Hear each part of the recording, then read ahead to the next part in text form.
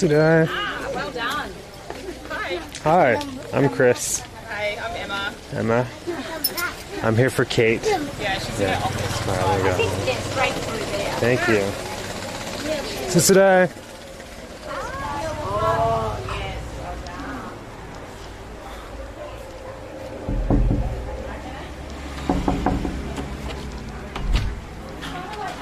Hello. How are you? I'm good. How are you doing? I don't have to be in here. I'm just gonna No, that's fine. undo my little Sorry, tripod. it's a bit mayhem, so I've got someone hopefully taking a huge wholesale order. Oh, really? So that's Awesome. why I can't even get to my desk right now. Let me just undo. Are you on at the moment? Yeah, I am. Wow, live action. They So like you've to seen see all it. The kids outside already. Yeah. I did let the lady from the NGO know that you were coming. Oh, cool. Yeah, so you can have a quick chat with her if you want. Great. What's her name? As well. Her name is Jenny. Jenny. Yeah. And what is? So they're an NGO, kind of a bit like Gecko, our mother NGO, but I think on a smaller scale. So they're based out in the temples. Okay. And basically what they're doing is trying to get the kids not selling at the temples and into school. Oh, cool. So she was just telling me what a challenge that is because, you know, the parents They want the money. want the $5 or $10 they can make every day from selling and they don't value the education. So it's kind of a global struggle, really. Can you hold that for me? Yeah, sure. Shall I be your cable basher? If you want, hold on. Well, this is more of a setup than I thought. I was like, oh, he'll just be on his phone. Oh no, yeah, it's like a whole thing. 1 second. Let me just Well, you angle it where you want it to. Right. Yeah, come on out. So, yeah, they've got a big group, obviously. So, Jenny, this is Chris, who I mentioned earlier, who's making our website. Yeah. I also carry a camera around everywhere. Sorry? I also carry a camera everywhere. Yes. He does everything on camera. It's like live stream all the time. Oh, right. Okay, fantastic. Our theory, so I run an NGO too, but I support other NGOs. Yes. And our theory is that if we show everything we do every day, then we can hold ourselves accountable to what we're doing. Yeah, you know? absolutely. Wonderful. So I just told Chris a little bit about your NGO, but maybe you'd like to just tell him in your own words about what you're doing. Who's I'm gonna sit. starting the game then? Who's starting? I can sit down if you if you guys are hanging I out. can't sit down because I've got to put back. Oh. And honestly, old ladies kneeling or sitting on their butt. Yeah. You know, I should be No good. modest and No good. you know, All over there, or up to you guys? Yeah, I will stand. I don't want you to die. No, we can stand. We can stand. We'll stand. Yeah. Not that bad. Yeah, not that bad. But just sitting down is difficult. Yeah. So what are you guys doing? Yeah, well, today, you mean, or... What does your NGO do in general? And what are you doing today, I guess? Well, in general, Emma's my daughter, and I have another daughter in Australia who's home. And the three of us kind of founded this little community centre about 5 years ago, just through travelling over here and kind of coming across a situation, I suppose, that we didn't want to walk away from. Right. And so we kind of crazily thought, you know, with a little bit of money, we could do something. Yeah. Perhaps set up a little thing under the village we're in. Don't we all have that idea? Like, oh, just a little bit of money. Not everybody. I'm shockingly naive. Thank goodness I've got some wonderful daughters who taught me into life. Oh yeah, we need this. But we're located opposite Angkor Wat, so you know, the families there for generations really have relied on begging. Yeah. And they do okay. Yeah. You know, they can be alcoholics and they can survive because they can actually go over there and go home. They get that $10. daily reinforcement of having begging and it being so easy. Right. Yeah. They get locked in that cycle. And they're surviving, that's the thing. They're managing to live okay, so they think, well, why change it? Right. Put the kids in school. Right. It's easy. Yeah, exactly, and it's what they know. So. Yeah, so there was a big tree there, and the girls and I went over and we thought we'd set up a little, you know, just support a couple of families that were struggling hugely. Yeah. You know, and perhaps employ a lady to do this and that. But we soon found out that, I mean, even if you supply a child with a bike and give them the opportunity to go to school, they actually won't go without. Really? No, because of course they're going to go off and play in the jungle. What would you do? Play in the jungle, definitely, definitely. Why would you change? Yeah. Or their mum's going to say, oh no, it's Yeah. I need you to help me sell fruit or Exactly, whatever. that's what we were saying earlier. It's Yeah. like if the parental drive isn't there either, then the kids will do their own, go their own way. Yeah. So as you guys all know, education and realising kind of the benefits is just really not very high on a lot of people's kind of, it's survival and, it's getting the food for the day, for that day, Sure. So, long story from there. But anyway, here we are 5 years later. So pretty much what we do is we just run a day program where we've got kids that kind of come for the full service every day, where they get all their clothes washed for them and they get have a bathroom there with soap and hygiene supplies. And you're feeding them. And we drive them to school. So there's really no excuse not to. Yeah. The old, I'm going to take you. Yeah. Yeah, my parents did that to me all the time. Pick them up and drop them off. And then we've got other programs. We do outreach programs, and we also just have free classes and activities that anyone can come to, which we have a pretty big uptake on. Cool. But we can't feed everyone, obviously. So how many kids do you have in your kind of regular day program? How many 19 now? now. Yeah. 19, okay. And great. that's kids we have all day, and that's kind And of... that's basically one village represented, is it? Yeah, it's only the one village. And when we started, it actually was for the kids that were very much at risk.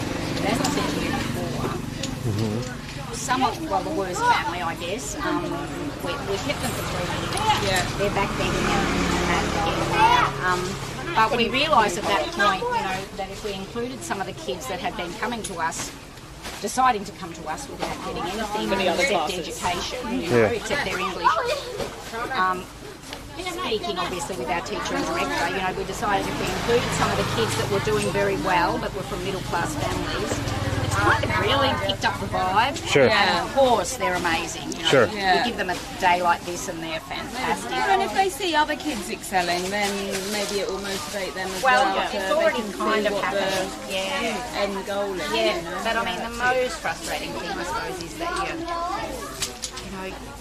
the ones that perhaps you really, really want to help, it's very, very difficult because you haven't got support from their parents, their families, and that's a bit frustrating. But anyway, so everything's going well. All our funding comes from Australia. Awesome. So we work hard over there trying to pay the bills. And today's excursion is a big treat for everybody because the kids get to are on leave the holiday area, at the moment. yeah. So it's summer holiday. Well, it's summer. It's the big holiday.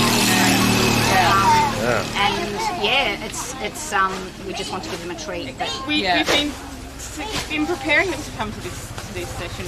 We've started talking about plastic and where it ends up and what they do with it and maybe what they think happens after they throw it on the sidewalk or in the bin. And it was clear that they just had no idea. No idea. Like it was concepts they'd never engaged with before. No, but then not many people do think about it. We're just as guilty of that in the West. It's like you throw so it much away. plastic. There is no away. Out of sight, out of It ends mind. up somewhere. So that's why these workshops are good to help kids to start to think about that. we really hope so. One darling boy who did the first, one of our older boys, I must say, his English is quite good, but he did he had the first go of the bracelet. And he came over and he said, Jenny, I will make a bracelet. Well, he couldn't think of the word bracelet when I get home. He wanted to say, so it was very... Cool. He searched for the words, but he wanted to tell me. That's what he was going to go home and do, and I thought, we've got him. That's good. Can I poke around with my camera? Yeah, have a little look around. So we've got obviously the bag washing, I think, going on over there. Yeah, let me... I think they've all done That's okay. that process, but if you want, I think I'll take them around the process. Sorry? I'll show this and then I'll come around. But if you want some kids over here, it's good, but they're flapping around. Sure, I can easily I'm do sure you can get some... that. All right, so basically they collect all these plastic bags and then they come around and wash them. Susidai.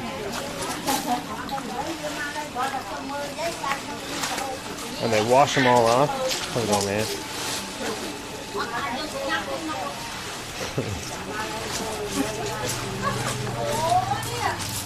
Let me dry them.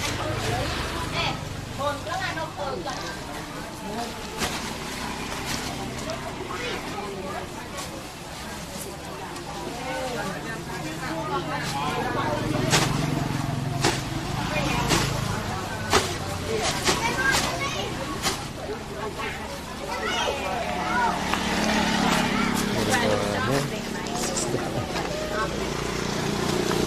see.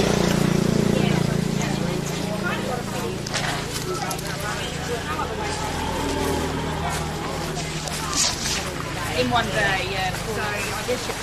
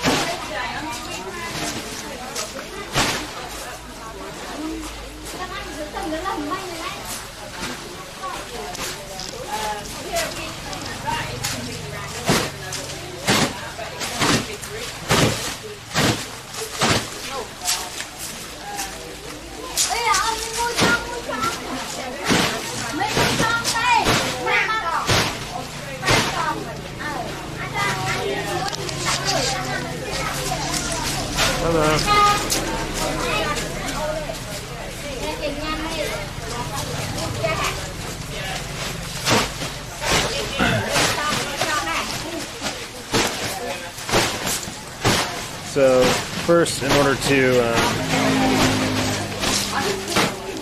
obviously make products out of plastic, we got to wash them. Look at this professional.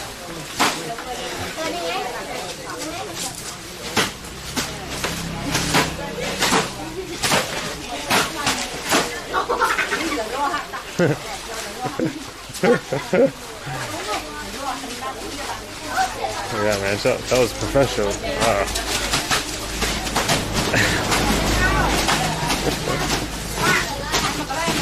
So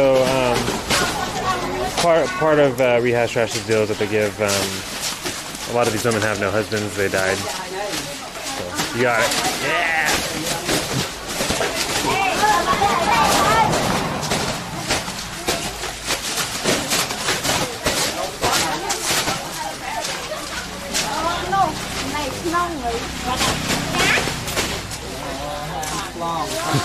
Hello. Ah.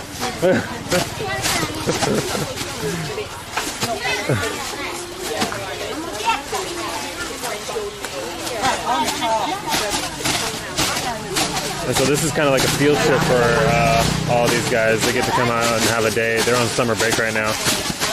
And so they just get to come out and like do something. There's ice cream being passed around here before. I saw that.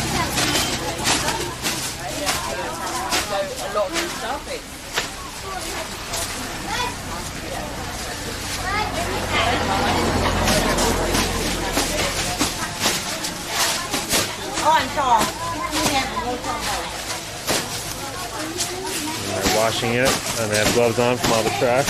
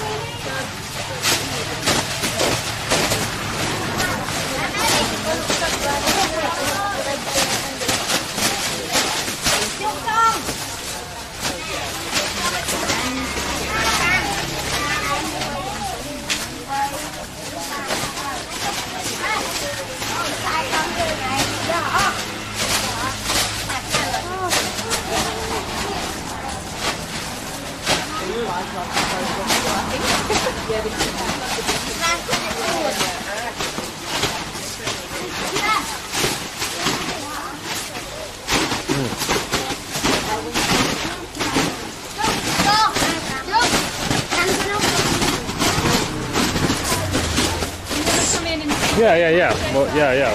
We'll show them what we're making as the end result.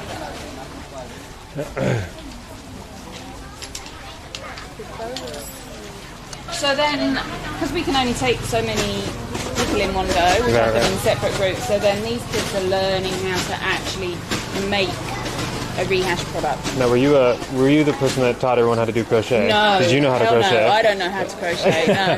No, not at all. So at the very beginning, there was a couple of volunteers. Yeah. One was a social worker, and one was a very creative, crafty kind of lady. So they came and spent maybe a couple of months at the very beginning. That was before I started. Cool. I started a few months in, and she sat with the ladies and taught them how to crochet. Awesome.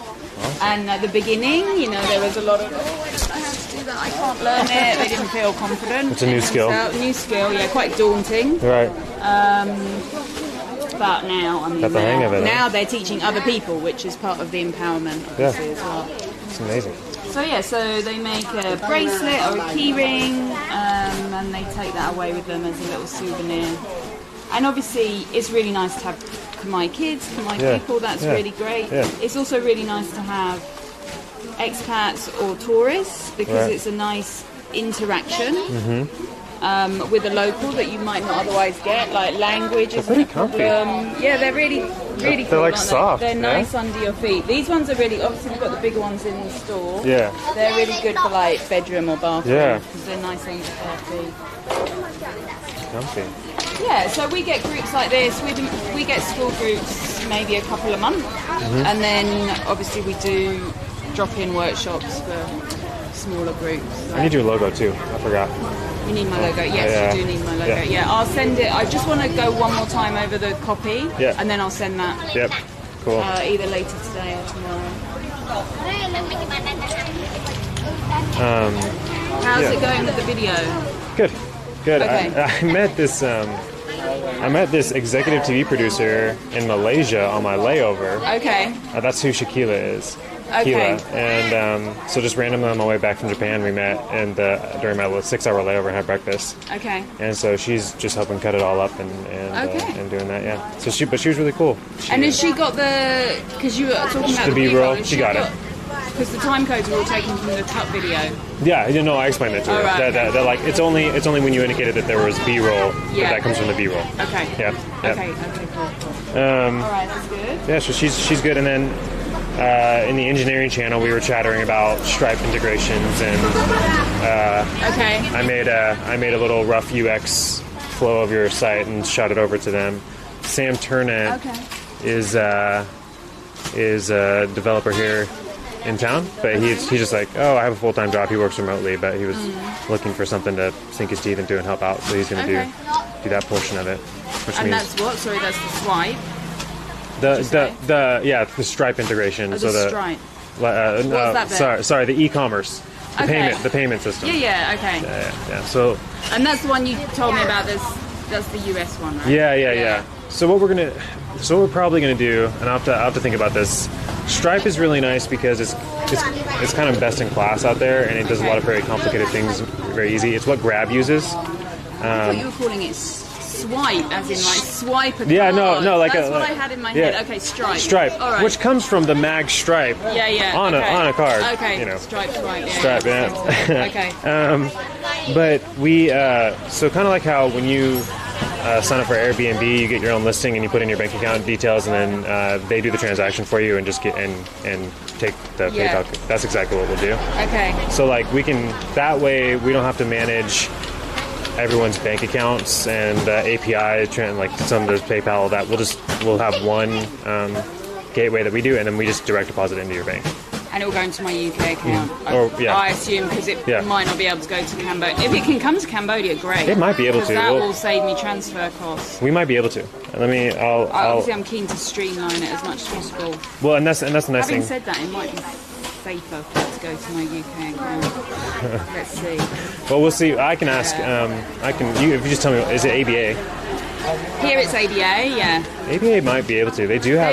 They just started this payway thing, which is so you can direct deposit, which I'm investigating. But I don't know if I need that as well. I'm a bit like, now I've got PayPal. You wouldn't need. All you need is a bank account. We're gonna deposit it straight into it via ACH. So I don't need payway. Not really. Okay. Because the other thing. Unless you wanted to do something like POS, like. What's that? Point of sale. Yeah. Okay. Take cards. Yeah, we do get more queries to take card. But then there's things like we WePay, is it? Yeah. The other app, and Yeah. Alipay, Yeah. like for this part of the world. Yeah. I'm thinking, do I need that as well? It gets complicated. Yeah. So Alipay is do you get a lot of Chinese tourists? We're getting more. So yeah. We are getting more. So then basically what you probably need once you really start doing online transactions and stuff like that is an iPad, and each one of those systems comes with their own little like swipe whatever. So if someone has American Express, you just put your whatever PayPal thing in. If someone has Alipay, you just put the Alipay cube in, and that's how you do it. Okay. But we'll cross that bridge. Okay. I have another question. What was that? So. Yeah, PayPal. Do I need that?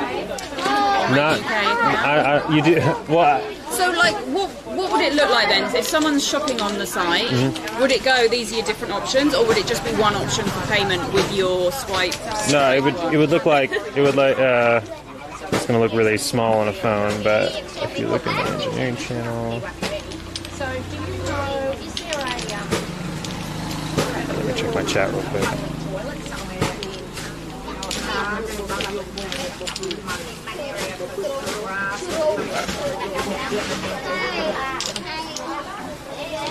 Okay. Come on, a minute. So anyway, this is going to be like our story. There we go. And as you progress through, you've got your different slides, right? If at any time they swipe up, Yeah. then they move into the product section. So they got bags, whatever, and they're like, oh, I want this one. Swipe up, and then it's gonna look like that essentially. Okay. Right. That's super rough. Okay. That's not how it will look. This is just what the flow. So this is when you design the flow, how you want it to like move around and act. Then I hand that file off to the actual programmers, and they make it look way better. Okay. But it's gonna, to the user, they're just gonna put in their credit card, whatever, and then it uses an API, which is a direct transfer into your bank account immediately. Okay. So it just takes out the Stripe fee, and we just pass that. So say, for example, I've got someone, I mean, this is just for direct customers, isn't it? If I've got a wholesale buyer in the US who wants to pay me, We can do that. So would I direct them to this? Or? So what we could do is we could get you a different flow. Okay. So like you could email them a direct link that says like they would have the amount, and they can just put whatever amount in. Okay. And it would still flow through the. Because that would be good as well, because that just happened, which is why I was thinking, okay, I need Right. PayPal so they can pay to my English account. You probably want to consolidate all these into like as one easy bank account as possible. Which Yeah. will then make it easier for Rani, who does the accounts here as well, and then it's just Sure. all coming into one place. Yeah. Yeah. So that's why we can deposit straight into a bank. That'll probably be easier for you. Yeah. That way you don't have to worry about the PayPal fees. Yeah, all that I mean, stuff. if I can remove that, Yeah. that's... But obviously people are comfortable with what they know as well. Although a wholesaler would be a bit more savvy about it. But So it's best in class. Stripe also comes with some really cool convenient features. So like, I don't know if you've ever, Khmer is using it, but like if you have your credit card information saved on the Google and you're browsing in Chrome, you can literally just say like, oh, do you want to use this card, and hit accept, and it's a one click and done, kind of like Amazon's thing. So it's pretty cool. Okay, well, obviously I trust you totally with that, because I'm getting to so I'm like, No, you're fine. No, we'll get the site up and running so that you can at least have a homepage. Yeah. And then we'll work on the. And my friend that I sent the copy to, she was saying, I'm sure you'll agree, really the product page should just be first, not our story. Sure, first. yeah. Okay, Well, so I'll rejig it.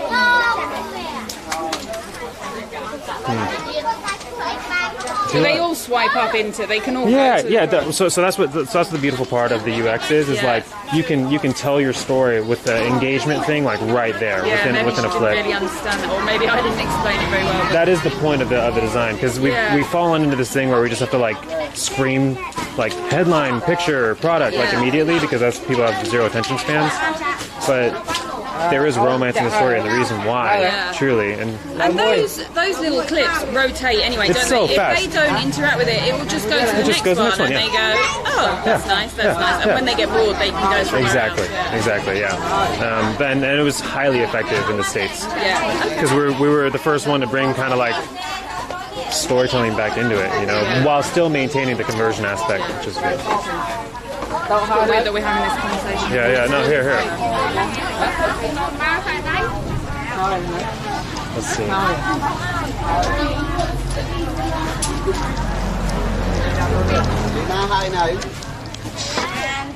What's that?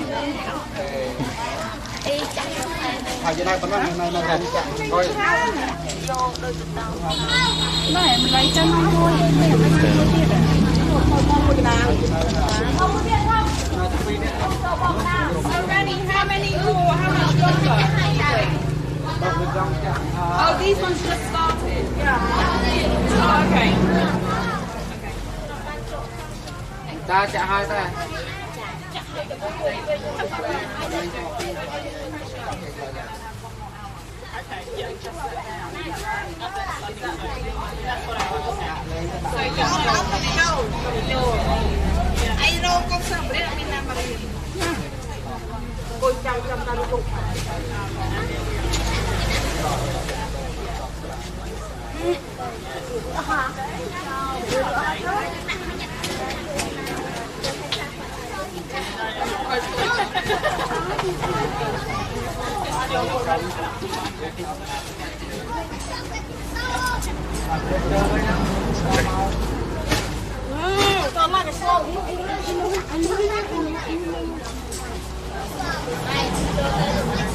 Electricity, drinking water. Hey, sorry, I just got back up to chat. It wasn't working, so last thing I just saw was Empire Voids. Easy. So if you guys have any questions that I've been missing, I'm Chris. I'm here at Rehash Trash, one of the NGOs that we support. We're doing their website for them so that they can sell their products. I'll show you that in here. I'll get Granny to do that. Gotta show them the products. I forgot. So they make all this stuff out of recycled plastic. All these bags. You might be able to make bracelets. Like this stuff, right? This could be one of our bracelets that we're trying to do. Our own fundraising.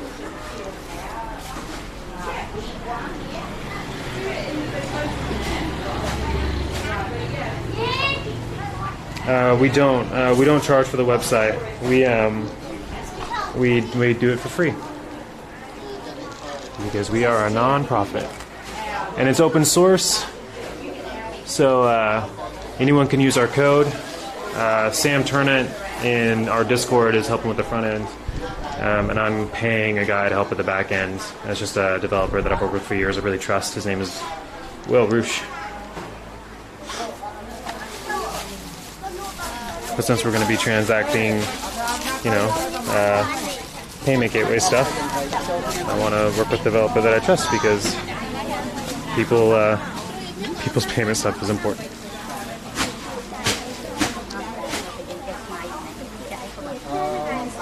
Empire Void. I'm gonna make it via Twitch, man. Oh. That's okay. Via Twitch.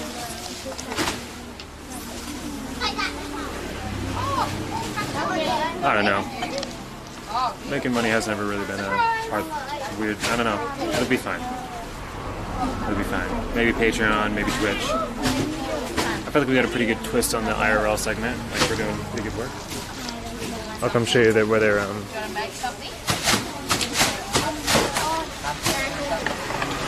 drying off the bags.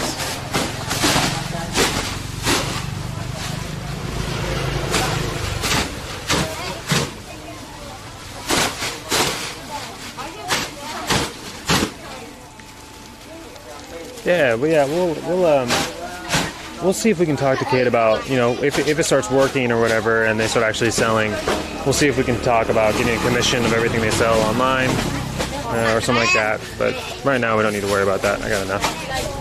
And we do have an idea to sell our own stuff, like our little bracelets like this.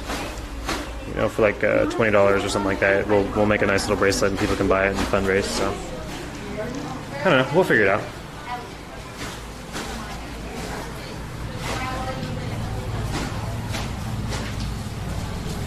I've got about 8 to 10 months left if we continue on our burn rate of personal savings, and so we should be able to. That's assuming we make $0 in between now and then, and we can do it. It's no big deal.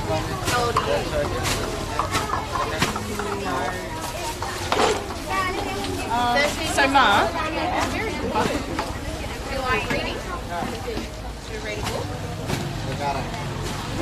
have his phone number, Satia? Well, it won't matter. We can still use.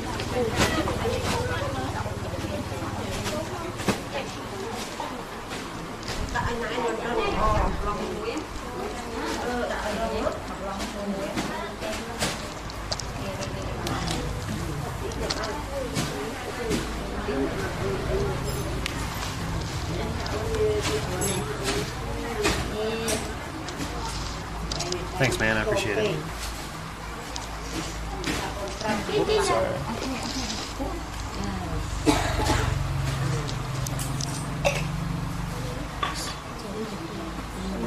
So here we are learning how to crochet, yeah?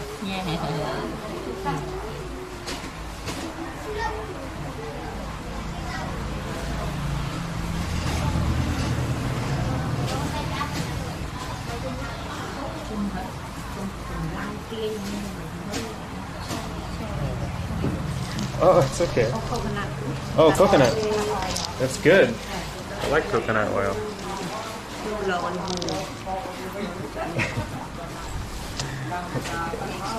No, you're good.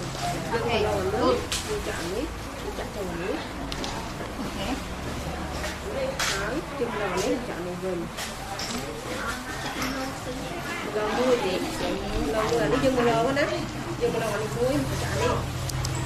So here, it serves as dual purpose. So they can learn about the impacts of plastic and where it goes and what it can be used for, but also like why it's important to not use it as much. And it's a dual part education, and then they also learn skills on how to make something, which is cool. I don't know how to crochet. Chris? Chris? Fresh. Nice to meet you.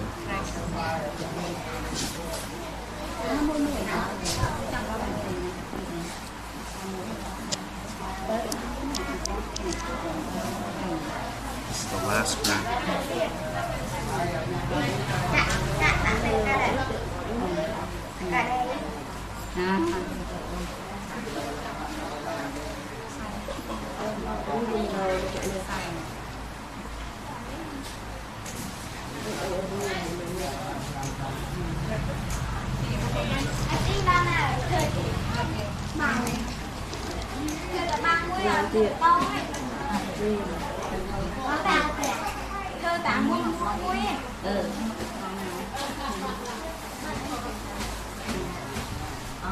Trong bạn về cái tác hậu nè, tẹt dồn từ hồ kỳ cho nó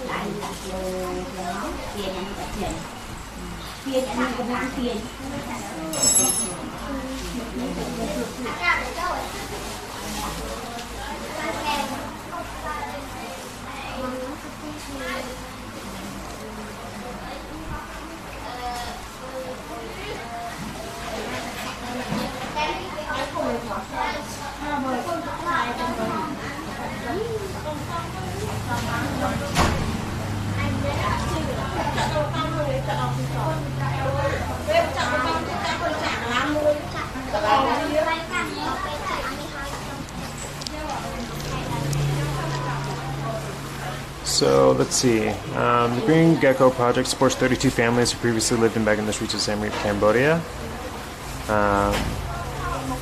Rehash Trash not only makes great products and cleans up the environment, changing and empowering the lives of mothers and their families, as well as earning as much needed income.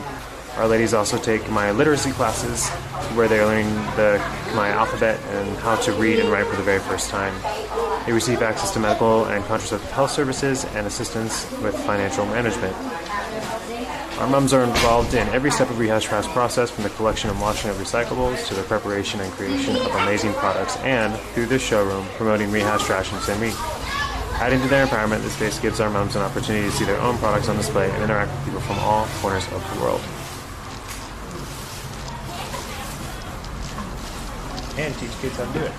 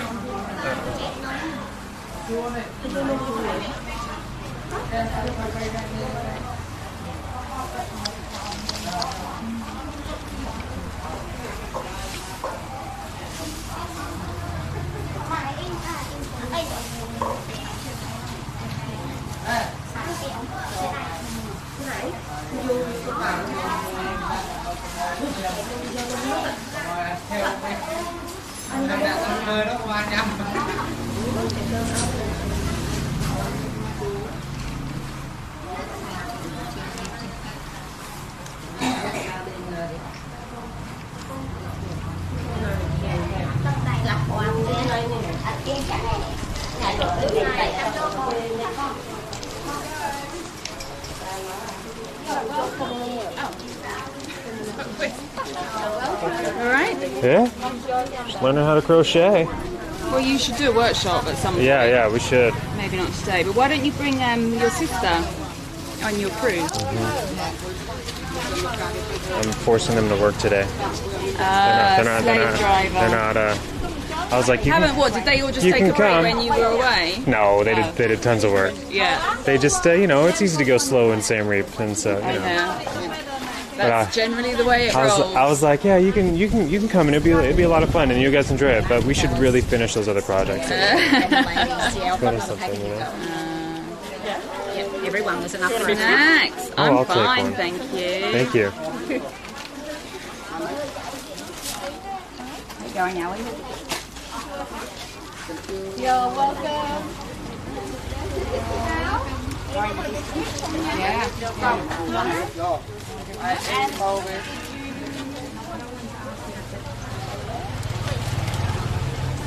So we are going to write your invoice today.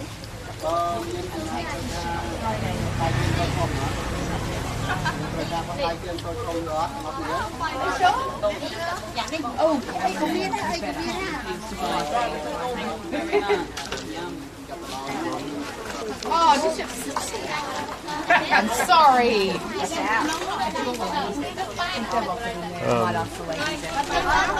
So if you're just tuning in, my name is Chris, and I run a NGO here in Siem Reap, and I do basically web design and marketing for NGOs, so we support them. This is one of the ones that we support for free. We're doing their website for free, and they help make stuff out of recycled plastic, like these products. They give mothers jobs and income, and they take literacy classes, and they also, all this stuff is sourced from plastic bags around Siem Reap, which are plentiful. So, and then we come back here and we crochet them. This is a field trip. These are some school kids that are coming on a field trip to learn about it. Cool.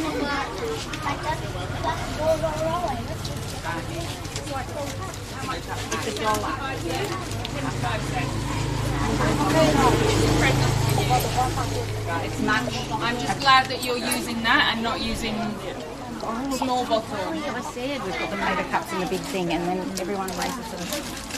Buys a little bottle anyway. Yeah. So I'm trying. It's You know, it's a habit, isn't it? I always Really? get like, I always shame myself because I'm like, oh yeah, I'm supposed to be a plastic guy, and I'll get plastic sometimes, you know, just because we're in Southeast Asia. Yeah. And sometimes people are like, oh yeah, you're the plastic guy, but you get that. And I was like, you know what? At least I'm trying. All right, I'm out here. It's hot. Anything you produce is good, but yeah. you can't do it all the time. Sometimes you have to buy it. Yeah. Sometimes there's no other alternative. That's the problem. Hey Lemmy, what's up? Okay. Welcome to the fun. I guess this is kind of the fun part, is like you interact with your people live. Yeah. And so they can like ask questions and, you know, like see what's going on. I wonder if psychologically, because it obviously appeals to the gamer, like a video gamer. Yeah, I didn't realise it was a gaming thing until I tried to download the app on my phone. Yeah. So it's traditionally a video gaming platform, but this And you can play each other through the app. Yeah. But some crazy nuts. Generation, Chris. Well, no, I'll tell you what. This is. It's not even different generation. This is mad. Like who would honestly record every bit of their life? You lose Exactly. it. Like I say, it's like the Truman Show. You lose every bit of privacy, right? Like But you're choosing that. yeah, but I'm giving it away, Yeah. which is kind of empowering in a lot of ways. Is it, or is it just onerous for you? No, it's relieving, honestly. So, like for instance, I think a lot of times maybe this is just Western culture, but we let little white lies just kind of free flow. Not What we do off camera, you mean? right. Like, In a way. no. So like a good example is, I actually have a hard time with people, and I'm pretty anxious and don't like going to large crowds, especially drunken ones. So I was invited to my friend's birthday here in town, and I didn't want to go because it was going to be just that. And so instead I played board games with some friends. And so when I got there, he's like, oh, where were you? And they were already drunk or whatever. And I was like, normally I think you would have said like, oh, I got caught up, sorry I'm late, you know, like whatever. Yeah. But I was like, I was playing a board game. Because you have to. Because I didn't want to come to your party. Yeah. Did you complete the sentence? Yeah. And I was like, you know me, man. I don't, you know, and you just have to be okay with all the just bummer parts about you. And in that way, it is kind of freeing. You know, like you're just like, Total honesty is kind of brutal sometimes, but it's. But when I less say work. different generation, I mean, because how old are you? You're in your 20s, right? I am 30. I'm turning 30 in October. Okay. Yeah. Happy birthday. Thank you. But I think your generation, you've grown up with everything's videoed or at least photographed, you know? Like when I was a kid, having your photo taken was quite scary because it was That's still true. quite unusual. That's you know? true. So we're just not, and I'm only 25 years older than you. But it's changed a lot in that time. Yeah. And I was thinking, I was like, you know what? I wonder, and I believe this. The day and age where we can have a modicum of privacy anyway is rapidly closing. Yeah, completely. Anyway, completely. and so if I can just be on the edge of it and kind of. I suppose it depends how you're using it, doesn't it? Like Right. with everything, it's a double-edged sword. There's good and there's bad. So. Right. So like, social media sucks. I hate social media because all we do is we post the good things and we create this impossible standard to reach for. It's just ridiculous. But like if we use social media to like connect and help support stuff like this, then that's what it's for. Just use a tool. I would hate to be a kid growing up today with all that social media pressure. Yeah. You don't get to make any mistakes. Really, It's do you? incredible. Oh, hi, Katie. Lemmy says hi. Hi, Lemmy. We're at Rehash Trash. Kenny, I'll take you around, give you a short little tour. So basically, plastic is a big issue in all of Cambodia. So these ladies go and collect all these bags from the streets and wash them off, dry them off. And then make products. And you guys are here on a field trip, right? From school? Was it fun?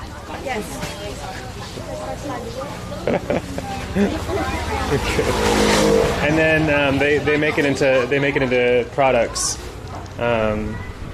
here that they sell in the shop, and it gives them an income. They take literacy classes and have contraceptive help and all the good stuff. Right? And we are making their website for them for free because that is what we do. NGOs supporting NGOs, supporting NGOs, supporting NGOs. That'll work.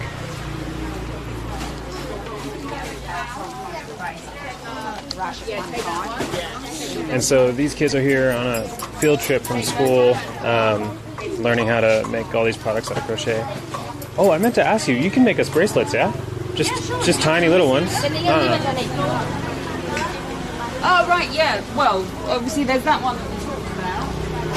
I did see Innika at the weekend with the plastic crunching machines. These are the ones we make at the moment. Right. That's obviously just all crochet. But what I was saying to you when we met was we could just do like a single string. Super form factor, like thin. Yeah, like really thin one. Yeah. One string and thread some kind of beads on. So I talked to Innika about that and she felt it was possible, but which is good. But she thought instead of having a round bead, I suggested maybe we could have like a cylindrical one.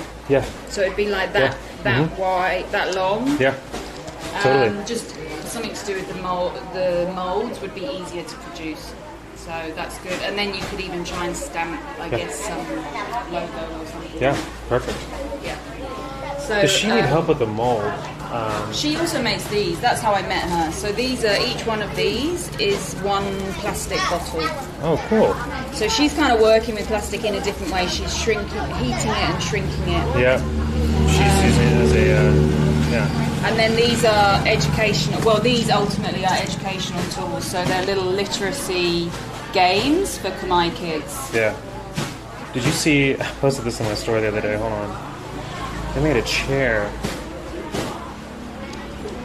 Oh wow. 100% recycled plastic. Yeah. That It looks very cool. That is like 1 million bottles. Like it's a considerable amount of plastic that goes into that. Beautiful. Kind of looks like waves. Yeah.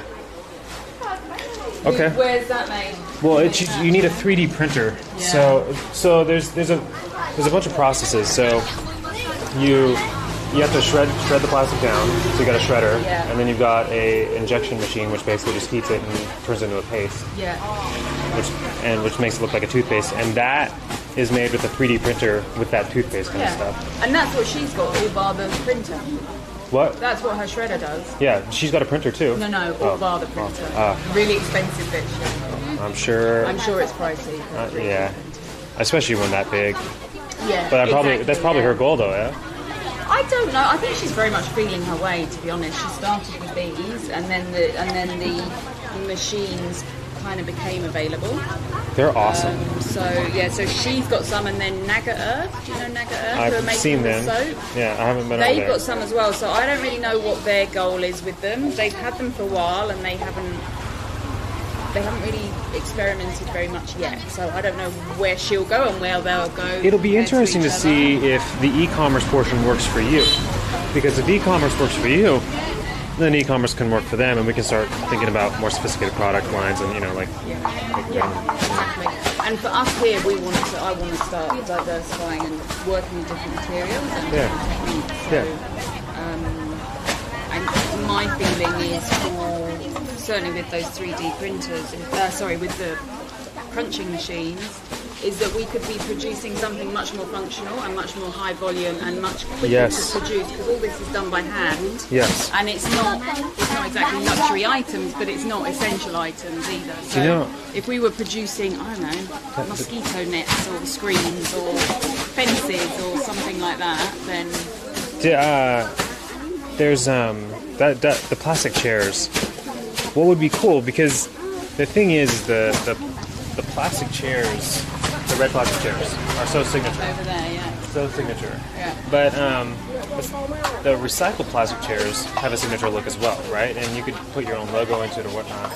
And hopefully the idea is to brand it as so tourists are recognizing it, that if they have these type of chairs, then this business is thinking has at least been educated about plastic, because every time they make a sale, a place of a business, the Khmer won't know. They'll just know that it somehow is bringing more customers to their shop. Yeah. But but then you tell them and you about educate that it, as yeah. well. When you do the it's thing. always got to be a tool for education. And because you can shred it back up and remake it, you can offer like a bring it in any time, and we'll give you a new one for Recycle your chair. recycle your chair. Yeah, you know. What about English? That'd be cool. Yeah. We have baby steps. I don't know how many times you can. I don't know what the life cycle is of it. Like So how many times you can melt it down. I asked these guys on Instagram because, like, I was looking at an injection molding machine to make those chairs in China, and they were saying that like you're only supposed to use like 60% recycled material, and you need 40% new. But that might be For because those chairs, that's how they make Yeah. them. Right. well, that's not how they just said max 60% recycled plastic because of structural integrity. Right. But it might just be because they're the so plastic thin. kind of binds it somehow. Yeah, but it might just be because those are so thin and flexible, right? It needs to be stronger. Yeah. A recycled one that's maybe a little more thick might be able to be 100% recycled plastic. I don't know. That's about it. Do you like riding bikes? Or do you prefer Or even plastic bricks or something really lifestyle or what? high volume, you know. Bricks, yeah, and you've seen the beams and stuff. They treat it like lumber. You've seen those metal pipes, the square ones, right? Yeah. You just shove the whole thing, and people make like it functions like bamboo. It's got and it's I don't know, but and thatching like roof. Yeah. Yeah. We do, Lemmy. You're right. Lemmy is he's like, we need to set up a goal and get some funding for Kate so she can make some more products. We will. We'll get there. Let's get our website first. You know what I'm saying? Yeah.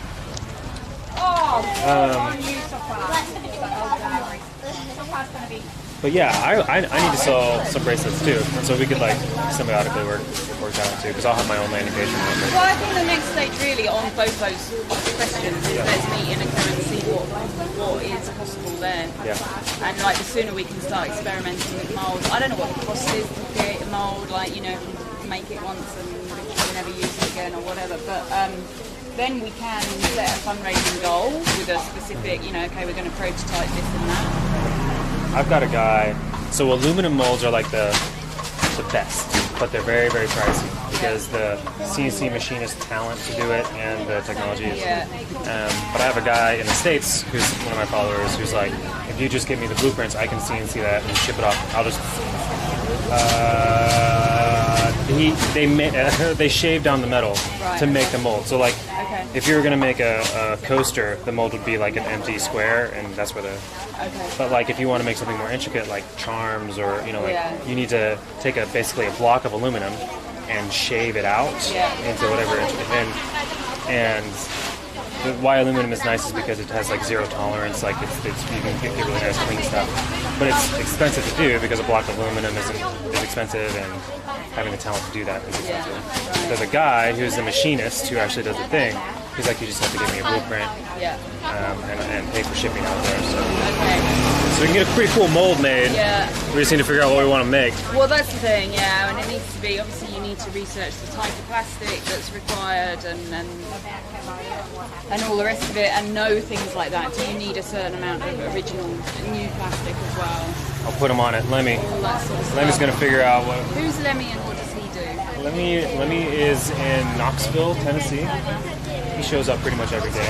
Okay. Just to watch, and he's, I don't know, he helps in all these different ways. Like, he's good on the computer. So he'll do some research for us, figure it out. Yeah, I mean, actually in Earth we were talking about what they could make, you know, and again thinking about high use and, you know, like chopsticks or something like that. But who's going to want to eat with chopsticks made from recycled trash? And I heard That's too, the and this is, problem. I'm so uneducated too. Like, you've always got to think about that is it really saleable? Because if it's not saleable, then it might seem like a cool idea, but if people don't want to buy it, I heard too that you're not supposed to do anything with food because recycled plastic reheats with like noxious stuff. So I was thinking like these big water bottles would be cool, or like takeaway containers would be cool, but we can't do anything with food. No, I mean even polystyrene, the minute you put hot food in it, it releases toxins. I mean even from here, like with our table mats, I think a lot of people have a slight reaction to the thought of putting recycled trash on the table. Yeah. Coasters could work, but those are boring. Coasters, to be honest, we don't sell many coasters. I wouldn't say that's... Really? No, I wouldn't say that's the... To hotels. Yeah, we've never had... They've always. I hear that hotels have a budget for going green because it makes them look good in the community, right? Some will, yeah, not all, but some will. Because that plateware and everything makes sense, but again, recycled plastic. We'll put our noggins together. We'll figure something out. Because you're right, something scalable, something reusable, something that you can... Something just with volume, really. Doormats. You have doormats, We've got all that sort of stuff. What's the most popular? We sell...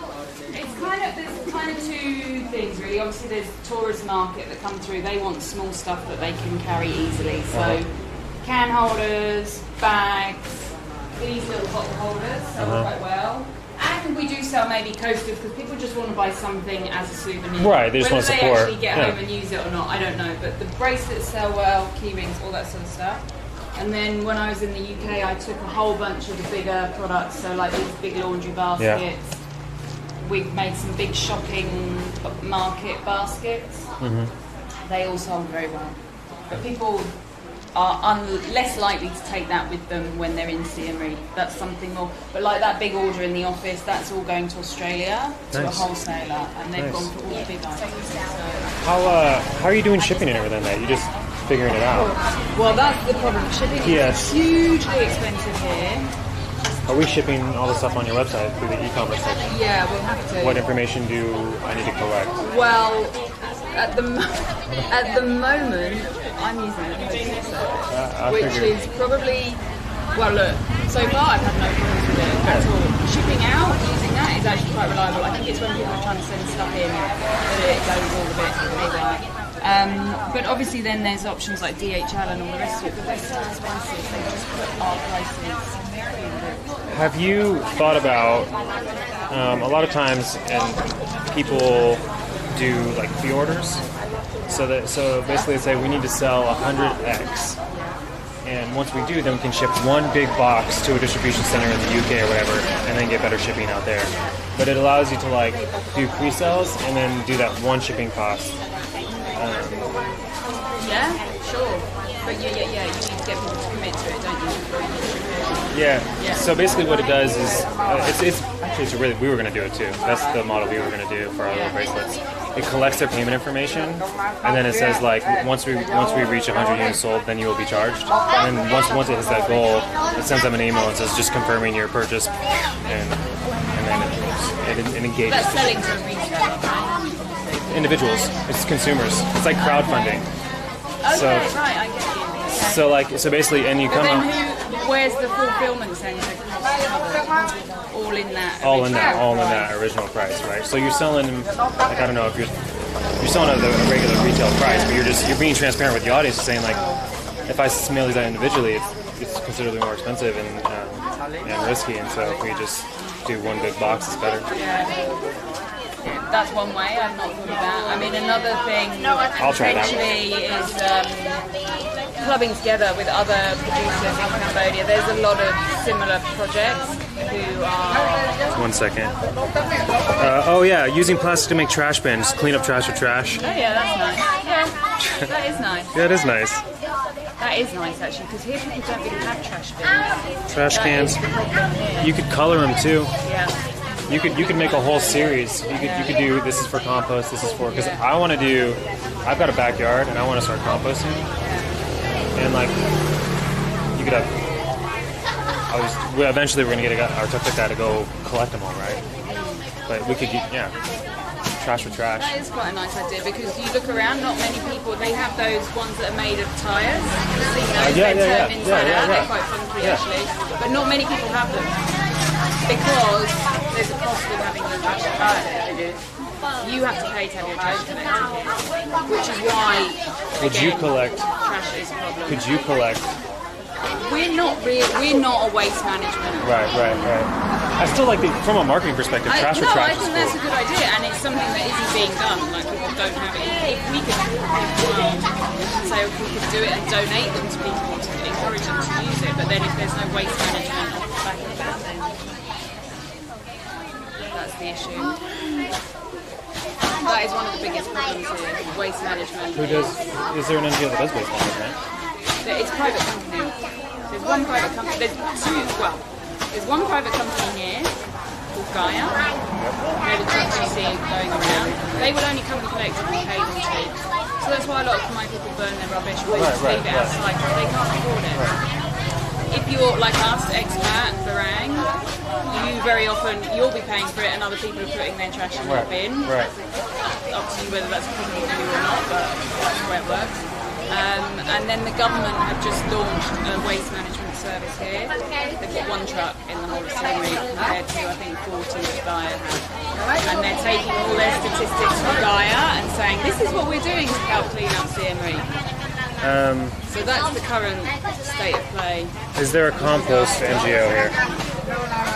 Actually, now, do you know, there was one I heard of, not in Siem Reap, down maybe Cambodia. I'll look it out, and they were taking trash, all trash, and they were separating it, and they had a plastic pile and a compost pile, and then the compost they were selling to farmers. So, like, what if we just made the bins for the plastic and the compost?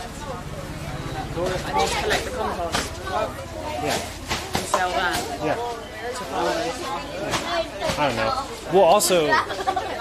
Yeah.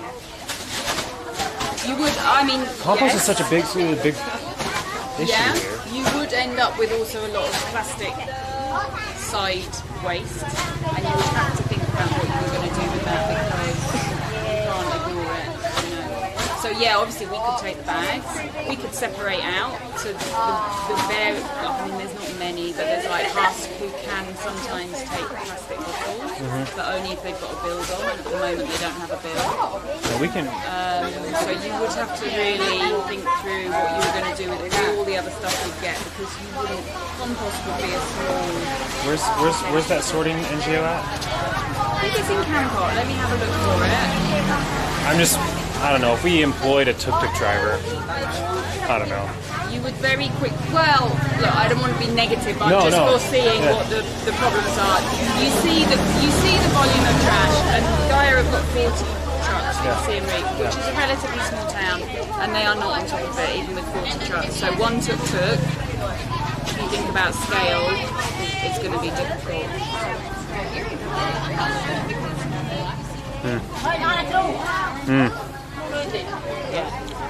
Well, I'm sure we can figure something out. I like the idea of trash for trash. I like the idea of trash for trash, and I like the idea of compost. Compost is easy too. I mean, everybody needs it. The soil's so bad here. Yeah, but you need a processing centre. I mean, I'll send you the link to that one. You'll see they've got huge, great warehouses for the plastic trash, and then they've got this. They end up with this huge pile of compost that they have to turn every. I don't know. It's like a big KitchenAid. Yeah.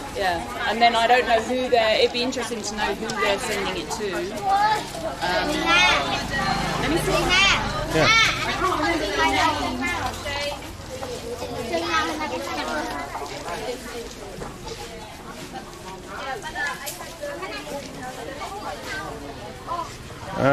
Giant community garden, yeah.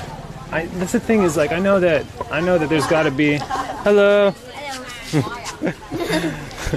there's got to be NGOs already doing all this kind of work, right? Composting and having community farms, stuff like that. It's already it's got to be a thing. Hey Juice, how's it going? We're at Rehash Trash. Basically, it's an NGO which supports women with jobs and plastic recycling. Do you not have air conditioning in here, Kate? No, we don't have air conditioning. Kate, you need to do fundraising for some. No, that's a waste of money. Some air conditioning. Jeez. You gotta just get used to it. When I first came, I was teaching in a language school with AC, and I was sick all the time, going in and out of heat and then into AC. Yeah. Now I don't get so sick.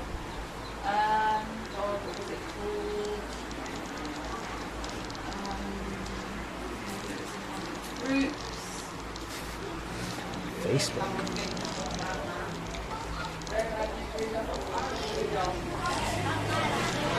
Yeah, so all this is made out of cleaned up plastic recycled bags. But Kate wants to expand her offering into like some other sort of plastic product, so we need to figure that out. Yeah, man, it's hot here. It's real hot. So we're all finishing up. We're finishing up our day here. Everyone's learned how to make crochet something, and also learn about what plastic is and why it's dangerous. It's good.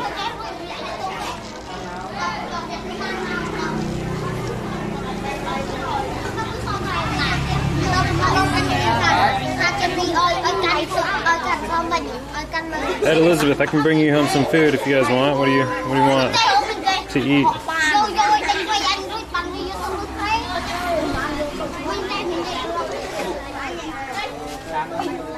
Hey, Nebuloso, thanks for the subscription.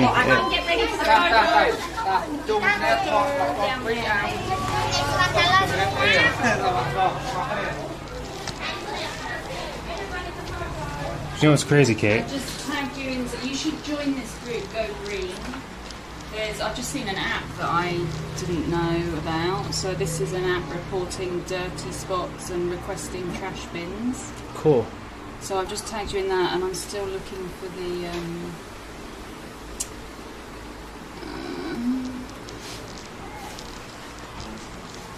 Yeah. So are we?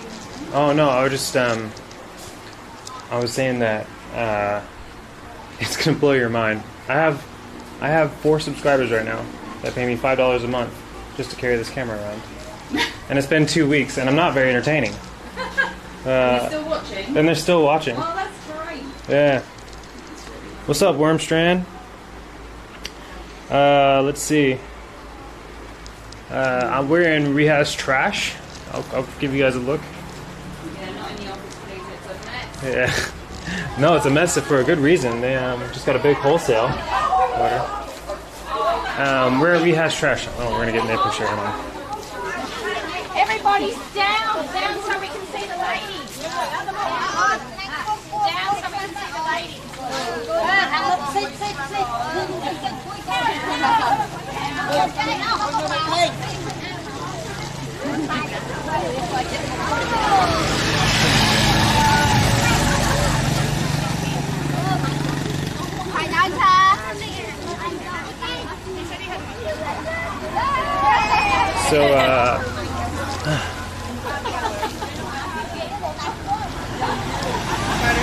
So Rehash Trash is a NGO which collects plastic bags from around Siem Reap and washes them, crochets them into products, and sells them in their store. It employs women so they can have jobs and income and all sorts of really cool things. So it's good.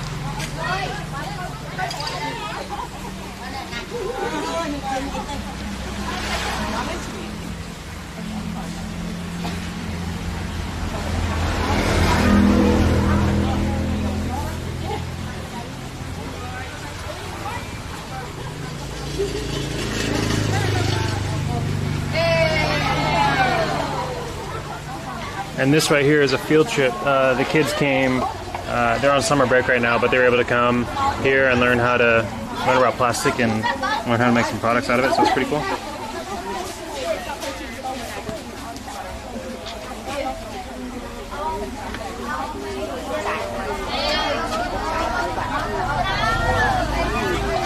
This is one of the places we're making a website for them for free. They're one of the NGOs that we support. That's good.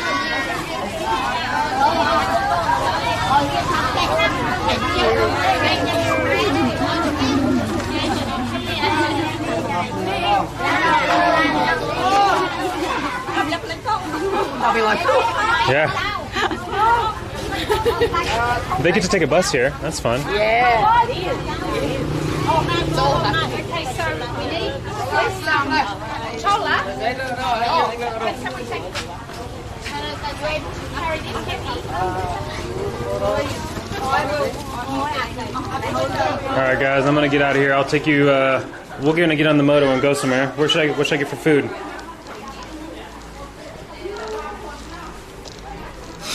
Alright, they're wrapping up. So that's I sent it to you and are you finished? And I put it in the group. Perfect. Compared waste management in Battenborough. I'm just Yeah. going. Okay. Say goodbye. Did you get a big group picture?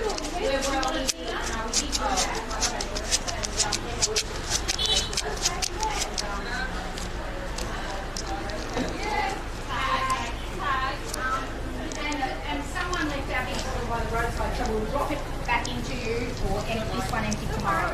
No, we'll bring it empty one. We're close by. Oh, what happened? Thanks so much. Thanks for having us. It's been amazing. Thanks for Thanks very much. Nice to meet you. Good luck with everything. Nice to meet you. See you guys. So enjoy the rest of your day. No swimming though.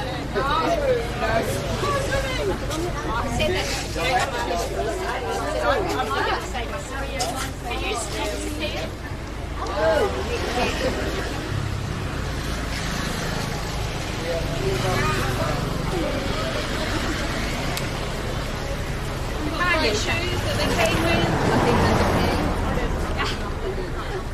I'm not sure what does happen. You sometimes walk away. Okay. No, not meat with rice. I think I'm gonna go, what day is it? I'm gonna go take you guys to my favorite bagel shop. Wednesday, yeah. Sorry. Oh, you guys. You're the best. That's good. You guys. You're the best.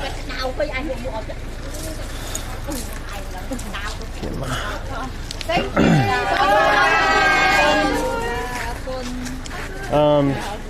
Alright, so I'm gonna work on those videos with Keela. Okay, what do you right? Logo and copy, yes. Logo and copy. Yeah, Yep. we'll whiz that over to you. Okay. See you guys. Bye. Bye. Okay. Cool.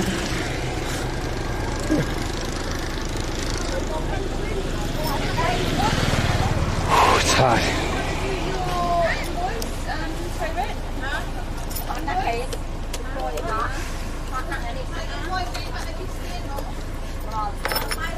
It's hot.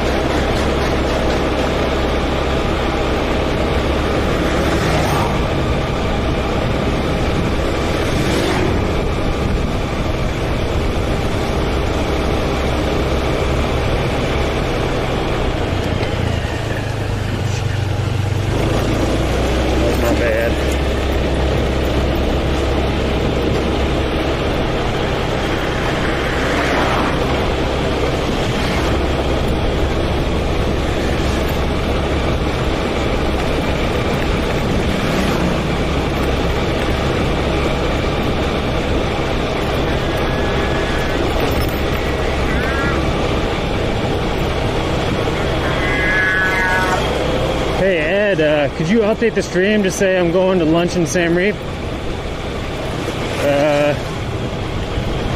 have to do it on twitch.tv. I don't know where I'm going yet.